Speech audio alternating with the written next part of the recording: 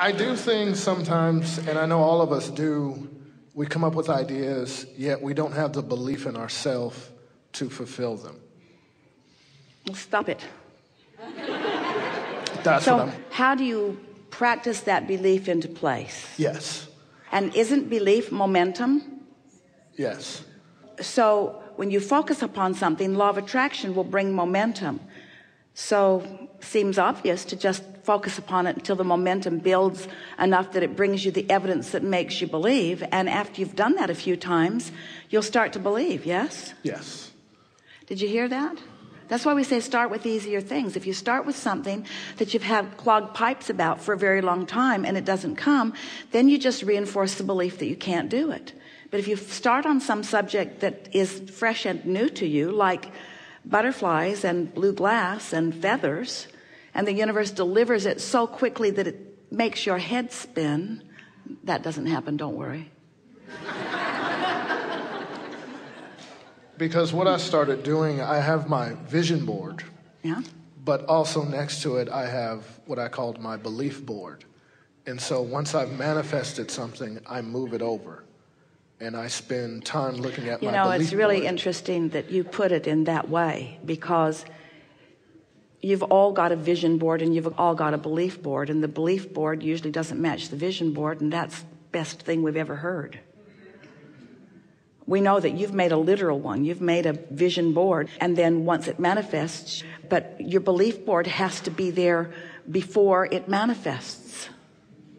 Don't wait till it manifests and move it over. You got to believe it before you move it over. Otherwise, it's slow going. Have you noticed? So I use that I look, and when I have doubt, I say, I've done these things, so I can do Beautiful. this. Beautiful.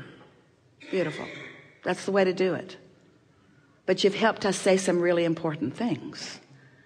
In other words, your desire and your belief have to match before it manifests. And if they don't, it's like people just keep reinforcing the beliefs that they already have, because there's momentum for those.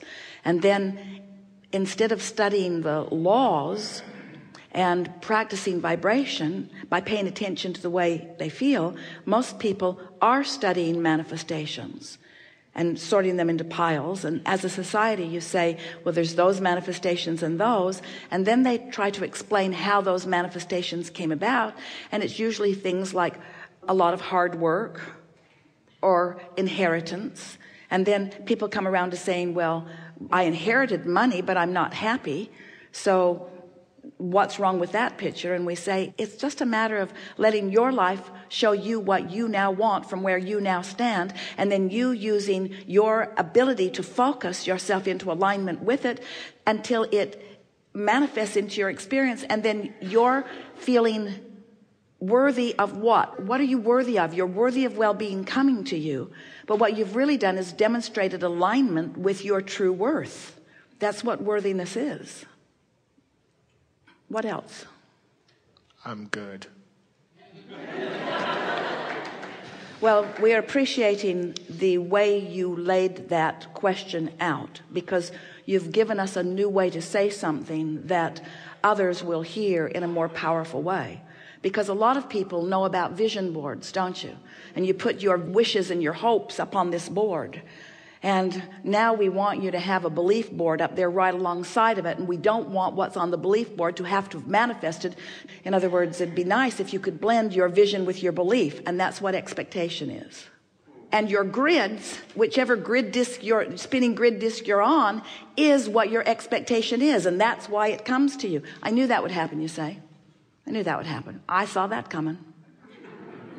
I expected that. I expected no more or no less from you.